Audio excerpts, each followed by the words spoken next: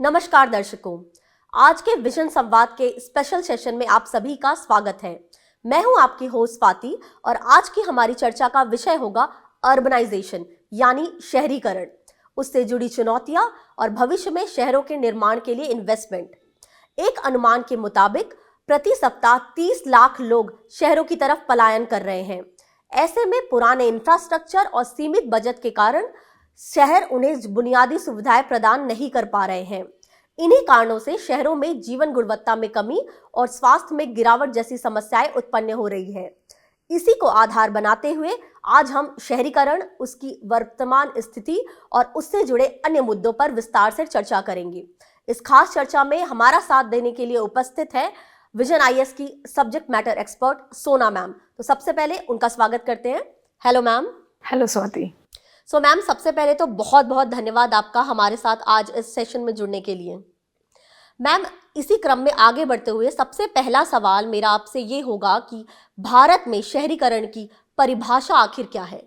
जी स्वाति, बिल्कुल। शहरीकरण का बहुत ही सामान्य सा अर्थ है कि जब हमारी कुल जनसंख्या में शहरी क्षेत्रों में निवास करने वाली जनसंख्या का प्रतिशत बढ़े तो हम कहते हैं कि ये शहरीकरण है। इसको लेकर यूएन ने भी बड़ी साधारण सी परिभाषा दी है कि जब ग्रामीण क्षेत्रों से लोग शहरी क्षेत्रों की तरफ जा रहे हैं, वहां पर रोजगार को तलाश रहे हैं, तो यूएन के अनुसार यही शहरीकरण है। अगर मैं शहरीकरण के कारकों के संदर्भ में चर्चा करना चाहूँ स्वाति, तो मोटा मोटा 2 फैक्टर हम देखते हैं जो शहरीकरण हेतु जिम्मेदार हैं। एक तो सबसे पहला है शहरी क्षेत्रों में प्राकृतिक जनसंख्या वृद्धि। अब ये प्राकृतिक जनसंख्या वृद्धि में क्या होता है कि शहरी क्षेत्रों में ऑलरेडी लोग रह रहे हैं, ठीक है, वहां लोगों का जन्म भी हो रहा है और मृत्यु भी हो रही है, यानी वहां जन्म दर भी है और मृत्यु दर भी है। तो अगर वहां जन्म दर मृत्यु दर से अधिक है तो वहां पर जनसंख्या में प्राकृतिक तौर पर वृद्धि हो रही है। और दूसरा कारण है पुश और पुल फैक्टर्स, यानी ग्रामीण क्षेत्रों में कुछ मूलभूत सुविधाओं का अभाव होता है जो ग्रामीण क्षेत्रों से लोगों को शहरी क्षेत्रों की तरफ धकेलते हैं। और दूसरी तरफ शहरी क्षेत्रों में ऐसे कुछ आकर्षित करने वाले कारक होते हैं जो ग्रामीण क्षेत्रों से लोगों को शहरी क्षेत्रों की तरफ खींच रहे हैं। तो इन्हीं का इंटरप्ले जो है उसका आउटकम हमें शहरीकरण के तौर पर देखने को मिलता है। जी मैम, तो मैंने अभी तक तो समझ लिया और हमारे दर्शकों ने भी समझा होगा कि आखिर शहरीकरण होता क्या है। इसी से जुड़ा मेरा अगला सवाल है आपके लिए कि भारत में शहरीकरण की वर्तमान स्थिति क्या है, और साथ ही मैं आपसे अनुरोध भी करूंगी कि आप आंकड़ों के साथ हमें इसे समझाएं। क्यों नहीं स्वाति। हम क्या देख रहे हैं कि पिछले 1-2 दशकों में भारत में शहरीकरण काफी तेजी से बढ़ा है। अगर मैं आंकड़ों के माध्यम से इसे स्पष्ट करना चाहूं तो हम क्या देखते हैं कि 2001 से लेकर 2011 तक वाला जो हमारा दशक रहा है, इसमें 2.76% पर ईयर की दर के साथ हमारे यहाँ शहरीकरण बढ़ा है। और बढ़कर 2011 में शहरी क्षेत्रों में निवास करने वाली हमारी जनसंख्या 377 मिलियन हो चुकी है। जहां 2001 में शहरी क्षेत्रों में निवास करने वाली जनसंख्या कुल जनसंख्या की 27.7% थी, वहीं 2011 में ये जनसंख्या बढ़कर 31.1% हो चुकी है। अनुमान यहीं तक नहीं रुकते। विश्व बैंक का आंकड़ा आया और विश्व बैंक कहता है कि 2017 में भारत में लगभग 34% पॉपुलेशन शहरों में रह रही है। और यूएन का एक सर्वेक्षण आया है, ये सर्वे क्या कह रहा है कि 2030 तक भारत की लगभग 40% जनसंख्या शहरों में निवास करेगी। तो आप देख रहे हो कि धीरे धीरे किस गति से हमारे यहाँ शहरीकरण बढ़ता जा रहा है। इतने ब्रीफ एक्सप्लेनेशन के लिए आपका धन्यवाद मैम। हमें यह भी समझाइए कि पिछले कुछ दशकों में नगरीकरण में जो तीव्र वृद्धि देखी जा रही है उसके पीछे क्या कारण है? बिल्कुल स्वाति, जैसा मैंने आपको शुरुआत में ही बताया था कि सबसे पहला कारण तो है बढ़ती हुई जनसंख्या। आपको पता ही होगा स्वाति कि भारत विश्व में जो है सबसे अधिक आबादी वाला देश बन चुका है और अभी भी हमारे यहाँ आबादी काफ़ी तेज़ी से बढ़ रही है। क्यों? क्योंकि हमारे यहाँ अभी भी जन्म दर है वो उच्च है और साथ ही जीवन प्रत्याशा जो है वो भी काफ़ी बढ़ चुकी है। तो इसके कारण हमारे यहाँ एक तो नगरीय क्षेत्रों में आबादी बढ़ रही है, दूसरा इसके पीछे कारण है ग्रामीण क्षेत्रों से शहरी क्षेत्रों की तरफ लोगों का पलायन करना। और ये क्यों हो रहा है, इसके पीछे बहुत ही सामान्य से कारण है। जैसे कि मैंने अभी बताया था कि ग्रामीण क्षेत्रों में कुछ मूलभूत सुविधाओं का अभाव है और वही सुविधाएं, वही अवसर लोगों को शहरी क्षेत्र प्रदान कर रहे हैं। इसलिए लोग ग्रामीण क्षेत्रों से उठकर शहरी क्षेत्रों की तरफ बढ़ रहे हैं। अगर मैं इन सुविधाओं की विस्तार से चर्चा करूं तो इसमें सबसे पहले है बेसिक बुनियादी ढांचा। हम क्या पाते हैं स्वाति कि ग्रामीण क्षेत्रों में हमारे यहाँ बेसिक इंफ्रास्ट्रक्चर उतना अच्छा नहीं है, जिसमें मैं हेल्थ की बात कर सकती हूँ, एजुकेशन की बात कर सकती हूँ। लेकिन यही सारी बेसिक सुविधाएं, बेसिक इंफ्रास्ट्रक्चर शहरी क्षेत्रों में लोगों को कंपैरेटिवली अच्छी स्थिति में मिल जाता है। दूसरा कारण है कि ग्रामीण क्षेत्रों में, चूंकि ग्रामीण अर्थव्यवस्था कृषि प्रधान रही है, तो रोजगार के उतने अवसर नहीं हैं और रोजगार के ये अवसर लोगों को देने का काम किया है हमारे शहरी क्षेत्रों ने। शहरी क्षेत्रों में उद्योग हैं, विनिर्माण क्षेत्र अच्छे से काम करता है, सर्विस सेक्टर है, तो ये लोगों को बड़ी संख्या में रोजगार दे पाता है। इसीलिए लोग ग्रामीण क्षेत्रों से शहरी क्षेत्रों की तरफ बढ़ रहे हैं। यहाँ पर मैं एक और पॉइंट ऐड करना चाहूँगी स्वाति, वो ये है कि शहरीकरण का अर्थ सिर्फ ये नहीं है कि जनसंख्या का बड़ा हिस्सा उठकर शहरों की तरफ आ जाए, बल्कि शहरीकरण का अपना एक सांस्कृतिक आयाम भी है। शहरीकरण एक जीवन शैली को भी दिखाता है ना। और ग्रामीण क्षेत्रों में लोगों में अब वो चाह हो रही है कि वो भी उस जीवन शैली का अनुसरण करें जिसका शहरी क्षेत्रों में लोग कर पा रहे हैं। तो इसके कारण भी वो ग्रामीण क्षेत्रों से शहरी क्षेत्रों की तरफ बढ़ रहे हैं। तो ये सारे ही कारण हैं जो मिलकर हमारे यहाँ शहरीकरण को बढ़ावा दे रहे हैं। जी मैम, तो मैम इस रैपिड अर्बनाइजेशन के लिए आप और मैं दोनों ही सहमत होंगे कि भारत बिल्कुल भी तैयार नहीं था। तो इस वजह से भारत को काफ़ी चुनौतियों का भी सामना करना पड़ रहा है। तो मैं आपसे विस्तार में जानना चाहूँगी कि आखिर वो चुनौतियाँ क्या हैं?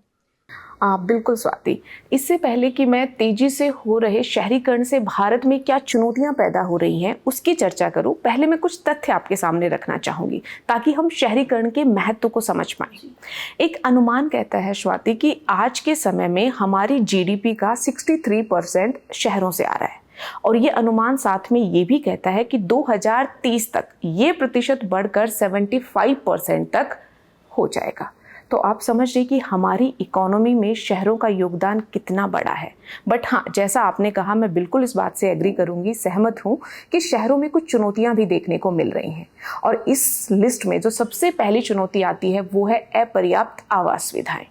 हम क्या देख रहे हैं कि शहर सीमित हैं, एक क्षेत्र है, लेकिन लोग बहुत ज़्यादा संख्या में आकर शहरों में बस रहे हैं। तो सबसे बड़ी प्रॉब्लम हो गई है अफोर्डेबल हाउसिंग।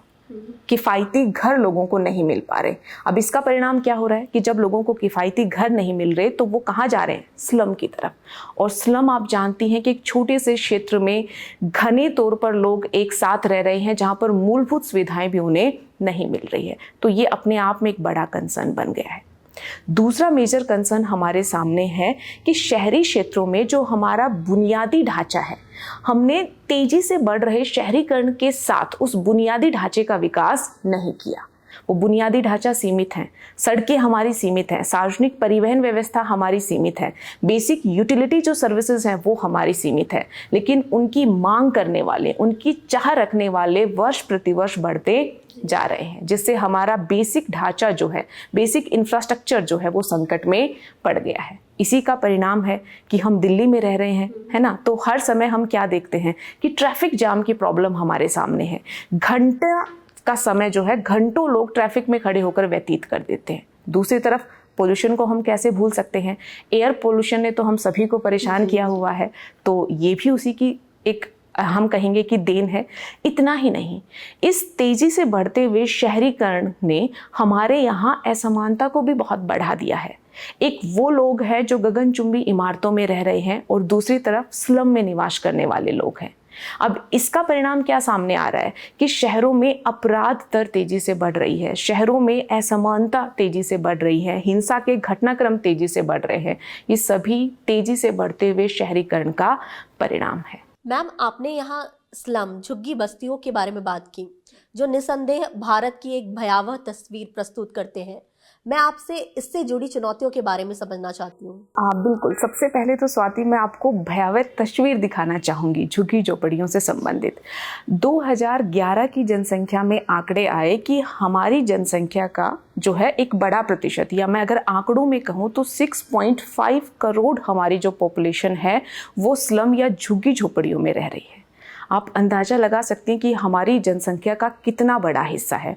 और इतना ही नहीं, भारत में काफ़ी जो है विश्व में प्रसिद्ध तरह की झुग्गी झोपड़ियाँ देखने को मिलती हैं, जैसे धारावी स्लम मुंबई, ठीक है। इसके अलावा दिल्ली में भलसवा स्लम है, ठीक है। कोलकाता का बसंती स्लम और राजेंद्र नगर स्लम बेंगलोर, ये काफ़ी प्रसिद्ध तरह के स्लम है जो भारत में स्लम की भयावह तस्वीर को दिखाते हैं।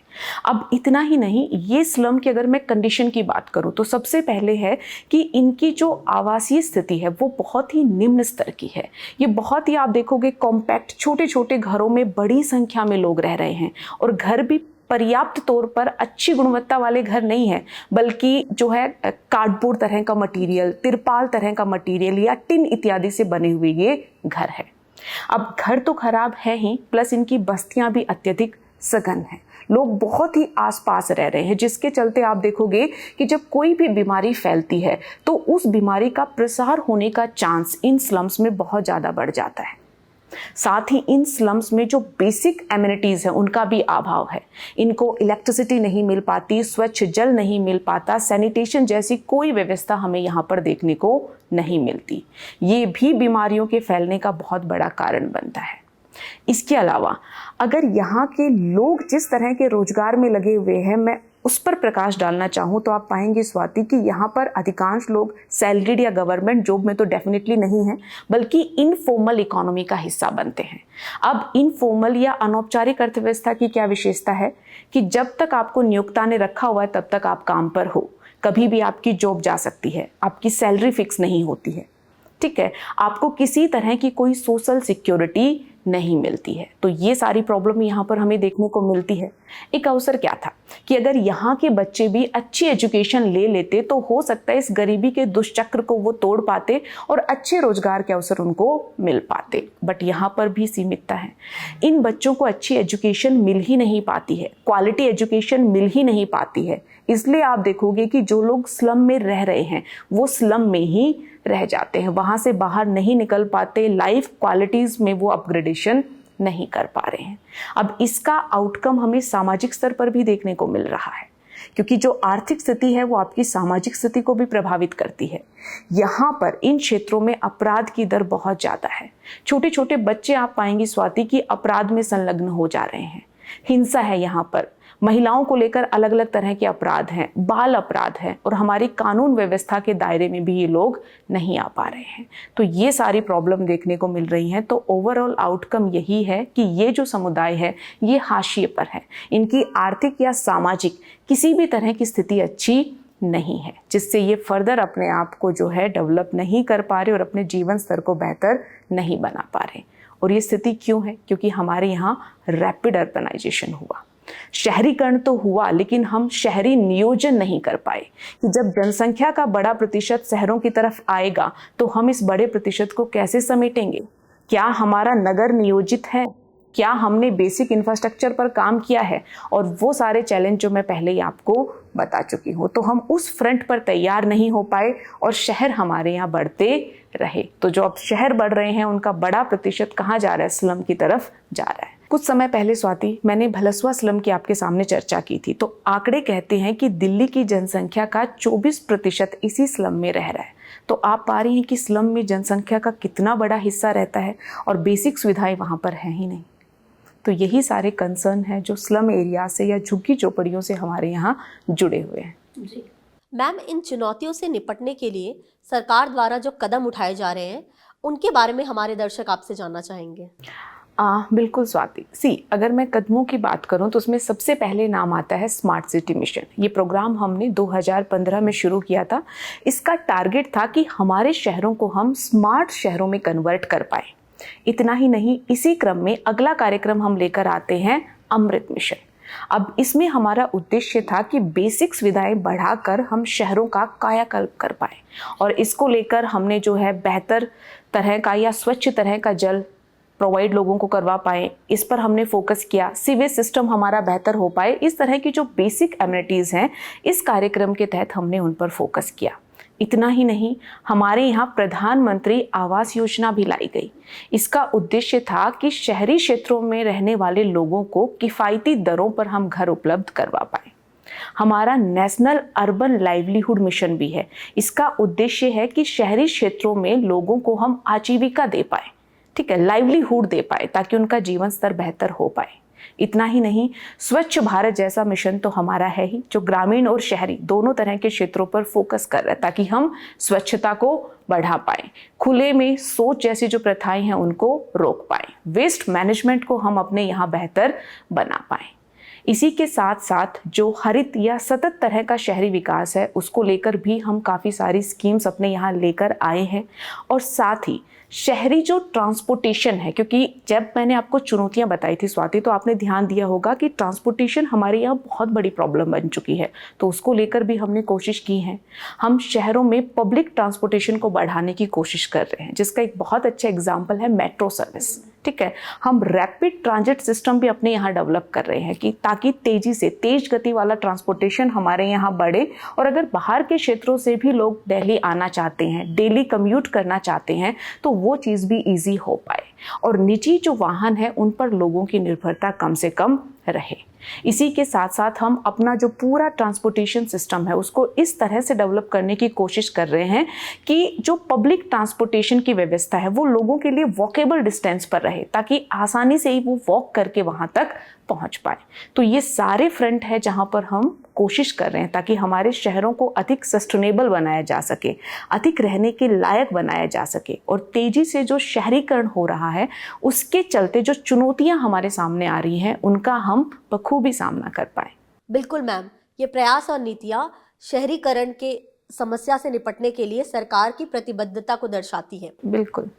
इसी क्रम में मैं आपसे जानना चाहूंगी कि क्या ये प्रयास पर्याप्त हैं? हम केवल सतही तौर पर समस्या को निपटाने का प्रयास नहीं कर रहे हैं, इन प्रयासों की कमियों को कैसे दूर करना चाहिए? जी स्वाति, जैसा आपने कहा कि क्या हम सही तौर पर समस्याओं का समाधान कर रहे हैं, तो थोड़ा सा मैं इस चीज़ से सहमत नहीं हूँ। हम कोशिश कर रहे हैं, लेकिन हमें अपनी कोशिशें, अपने प्रयासों को और बढ़ाने की आवश्यकता है। ये तो निसंदेह सत्य है कि हम अपनी कोशिशों में पूर्णतः सफल नहीं हो पाए। इसी का परिणाम है कि आज भी शहरी क्षेत्र के सामने अनेक समस्याएं बनी हुई हैं। कुछ सुझाव मैं यहाँ पर देना चाहूँगी कि देखिए, शहरी क्षेत्रों में जो प्राकृतिक तौर पर जनसंख्या वृद्धि है हम उसे तो नहीं रोक सकते हैं, लेकिन ग्रामीण क्षेत्र से जो लोग शहरी क्षेत्रों की तरफ पलायन कर रहे हैं उसे हम रोक सकते हैं। और ये हम कैसे कर सकते हैं? हम ग्रामीण क्षेत्रों में ही क्यों ना लोगों को अच्छी सुविधाएं दें, ताकि शहरों की तरफ उनका होने वाला पलायन कम हो जाए। आपने एक वाक्य जरूर सुना होगा स्वाति, कि स्मार्ट सिटीज स्मार्ट विलेजेस के बिना कभी एग्जिस्ट कर ही नहीं सकती। और हम कोशिश क्या कर रहे हैं? हम स्मार्ट सिटीज बनाने की कोशिश कर रहे हैं बिना स्मार्ट विलेजेस के। तो क्या ये चीज़ संभव है? तो सबसे पहली कोशिश हमें यही करनी पड़ेगी कि हम स्मार्ट सिटीज़ के साथ साथ स्मार्ट विलेज भी बनाएं। मूलभूत हेल्थ, एजुकेशन जैसी जो सुविधाएं हैं, बेसिक जो एमिनिटीज़ है, हम वहाँ पर भी दें, ताकि लोग शहरों की तरफ आए ही नहीं। इसके बाद जहाँ बात शहरी जनसंख्या की है, तो सबसे ज़रूरी है कि हम जनसंख्या को आर्थिक शक्ति दें, उनको रोजगार के अवसर दें। तो हमें इस फ्रंट पर काम करना पड़ेगा, और इस फ्रंट पर जो हमारी कोशिश है वो सबसे ज़्यादा ज़रूरी हो जाती है झुग्गी झोपड़ी क्षेत्र में। वहाँ पर लोगों को हम माइक्रो फाइनेंस से जोड़ पाएँ, सूक्ष्म वित्त, ताकि वो लोगों की छोटी छोटी आवश्यकताओं को पूरा करें। उस वित्त के माध्यम से लोग रोजगार के जो अवसर हैं उनको तलाश पाएं। इसके अलावा स्लम्स में तो ज़रूरी है कि हम लोगों की पुनर्स्थापना करें, बेसिक एमिनिटीज़ उनको दें। स्लम में जो बच्चे हैं उनको बेसिक एजुकेशन जैसी अच्छी फैसिलिटीज़ मिलें, तभी जो साइकिल मैंने बताया था उस साइकिल को हम तोड़ पाएंगे। इतना ही नहीं, अगर मैं बेसिक इंफ्रास्ट्रक्चर की बात करूं तो उसके फ्रंट पर भी अभी हमें काफ़ी कुछ करना है। हमें काम करना पड़ेगा नगर नियोजन पर, हमें शहरों की प्लानिंग करनी पड़ेगी। इसके साथ ही अर्बन प्लानिंग हमारे लिए काफ़ी ज़रूरी हो जाता है। जब हम अच्छे से नगर नियोजन करेंगे तभी हम अपनी बेसिक एमिनिटीज़ को स्ट्रॉन्ग बना सकते हैं, तभी लोगों की मूलभूत आवश्यकताओं को पूरा कर सकते हैं। जहाँ तक बात है स्वाति स्वच्छता को लेकर, है ना, हम देखते हैं कि हमारे शहर स्वच्छता के मानक पर उतना खरा नहीं उतरते हैं। अब इसमें सारी जिम्मेदारी सिर्फ सरकार की ही नहीं है बल्कि नागरिकों की भी है। हमने इंदौर में देखा कि इंदौर ने स्वच्छता के मामले में बहुत बेहतर प्रदर्शन किया है। क्यों? क्योंकि वहाँ के नागरिकों ने एक्टिवली स्वच्छता मुहिम में पार्टिसिपेट किया है। तो ये भी हमारे लिए ज़रूरी है कि हमारे नागरिक वर्ग जो है वो सक्रिय बने, वो सचेत बने, वो जागरूक बने। और साथ ही जो स्थानीय शहरी स्वशासन है उसकी भूमिका को हम बिल्कुल नज़रअंदाज नहीं कर सकते। ये महत्वपूर्ण रोल प्ले करते हैं शहरी क्षेत्र में मूलभूत सुविधाएं प्रदान करने में। तो हमें जो हमारे नगर निकाय हैं उनको सुदृढ़ करना पड़ेगा, उनको वित्त देना होगा, उनको अधिक से अधिक कार्य देने पड़ेंगे, क्योंकि वही निचले स्तर पर यहाँ पर शहरी प्रशासन में जुड़े हुए हैं। तो ये सारे स्टेप हैं, ये सारे कदम हैं जिनके माध्यम से हम हमारा जो तेज़ी से हो रहा शहरीकरण है उसके समक्ष जो चुनौतियाँ आ रही हैं उनका मुकाबला कर सकते हैं, उनका सामना कर सकते हैं। बिल्कुल जी मैम, हम आपसे बिल्कुल सहमत हैं। अब अंत में हम आपसे समझना चाहते हैं कि फ्यूचर की नीड्स, इन्वेंशंस को ध्यान में रखकर हम फ्यूचर रेडी सिटीज़ कैसे बना सकते हैं? जी स्वाति, आज के टाइम में हम सभी बात करते हैं आर्टिफिशियल इंटेलिजेंस की, बिग डेटा एनालिसिस की। तो क्यों ना सबसे पहले इन्हीं तकनीक का हम इस्तेमाल करें बेहतर शहरी नियोजन के लिए। आप देखेंगे स्मार्ट टेक्नोलॉजीज़ का यूज करके हम स्मार्ट वे से ट्रैफिक को मैनेज कर सकते हैं। हम लैंड यूज पैटर्न हमारा क्या है, किस तरह से हम भूमि का उपयोग कर रहे हैं, कहाँ कितनी पॉपुलेशन डेंसिटी है, इन चीज़ों के संदर्भ में आंकड़े निकाल सकते हैं बिग डाटा एनालिसिस का यूज करके। और इन सारे आंकड़ों या डेटा का अंत में हम बेहतर नगर नियोजन के लिए इस्तेमाल कर सकते हैं। दूसरा, हमें काम करना पड़ेगा सस्टेनेबल बनाने के लिए हमारी सिटीज़ को। हम क्या कर सकते हैं सिटीज़ को सस्टेनेबल बनाने के लिए कि हम ग्रीन बिल्डिंग्स बनाएं। अब ग्रीन बिल्डिंग्स का अर्थ यहाँ पर क्या है कि हमारे भवन ही ऐसे हों जो संधारणीय हो प्रकृति में, जहाँ पर नेचुरल लाइटिंग की व्यवस्था हो ताकि इलेक्ट्रिसिटी या इन सब चीज़ों पर हमारी निर्भरता कंपैरेटिवली कम हो पाए। साथ ही हम सिटीज़ में ग्रीन कवर भी बढ़ा सकते हैं। अब एक प्रश्न आपके दिमाग में उठ रहा होगा कि स्पेस तो सीमित है, आवश्यकताएं अनंत है, हम ग्रीन कवर कैसे बढ़ाएं? तो इसके लिए हम कुछ तकनीक की सहायता ले सकते हैं। हम जो है वर्टिकल फार्मिंग कर सकते हैं, हम एक्वा फार्मिंग शहरों में कर सकते हैं, रूफटॉप गार्डन्स हम लगा सकते हैं, जो कि आप देखती भी होंगी स्वाति की शहरों में काफ़ी लोग इस तरह की कोशिशें भी करते हैं। एक और पद्धति है जिसे मियावाकी पद्धति के नाम से जाना जाता है। ये पद्धति क्या कहती है कि शहरों में स्पेस सीमित है, तो क्यों ना छोटे से स्पेस में सघन ढंग से हम वृक्षारोपण करें ताकि फॉरेस्ट कवर हमारा शहरों में बेहतर हो पाए। तो ये जो सस्टेनेबल सिटीज़ हैं इनको जो है हम अपने यहाँ इस आइडिया को इंट्रोड्यूस कर पाएँ, अपनी सिटीज़ को हम सस्टेनेबल सिटीज़ में कन्वर्ट कर पाएँ, इस फ्रंट पर हम काम कर सकते हैं। साथ ही हमें ये भी देखना पड़ेगा कि शहरों में जो है प्रवृत्तियाँ कैसे बदल रही हैं। जैसे अगर मैं क्राइम्स की बात करूं तो शहरों में क्राइम्स का नेचर बदल रहा है, महिलाओं के खिलाफ अपराध बढ़ रहे हैं, वाइट कॉलर क्राइम्स हमारे यहाँ बढ़ रहे हैं, साइबर क्राइम्स बढ़ रहे हैं। तो क्यों ना हम उसी तरह की व्यवस्था भी अपनाएं, क्यों ना हम पिंक बूथ लगाएं, महिला थानों की व्यवस्था करें, हम साइबर पुलिसिंग की व्यवस्था करें। तो ये सारे कदम है जो हमारे यहाँ बदलता जो क्राइम है उसको टैकल करने में हमारे लिए हेल्पफुल हो सकते हैं। और इसी के साथ रिन्यूएबल एनर्जी, नवीकरणीय ऊर्जा महत्वपूर्ण हो सकती है। शहरी क्षेत्रों में क्यों ना अब हम फॉसिल फ्यूल से अधिक रिन्यूएबल एनर्जी के इस्तेमाल को बढ़ाएं। अब यहाँ पर रूफटॉप सोलर प्लांट्स हम लगा सकते हैं जो घरों की छोटी छोटी आवश्यकताएं हैं उनको पूरा करेंगे। तो इसका ओवरऑल आउटकम क्या होगा कि जो बेसिक एमिनिटीज़ है जिसमें विद्युत भी एक है उसकी पहुंच लोगों तक बेहतर ढंग से हो पाएगी और शहरी प्रदूषण जो है इस तरह की समस्याओं का भी हम समाधान कर पाएंगे। तो ये सारे स्टेप्स हो सकते हैं स्वाति जिनके माध्यम से हम नगरीकरण के समक्ष जो समस्याएं हैं उनका समाधान कर सकते हैं। और हम क्या देख रहे हैं कि हम इस डायरेक्शन में काम भी कर रहे हैं, लेकिन चीज़ों को अब और बेहतर ढंग से, सजग ढंग से क्रियान्वित करने की आवश्यकता है।